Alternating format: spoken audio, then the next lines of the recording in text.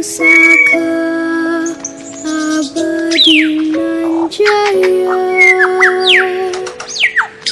Indonesia sejak dulu kala tetap dipuja-puja bangsa. Di sana tempat lahir meta, dibuat dibesarkan bunda, tempat berlindung di hari tua.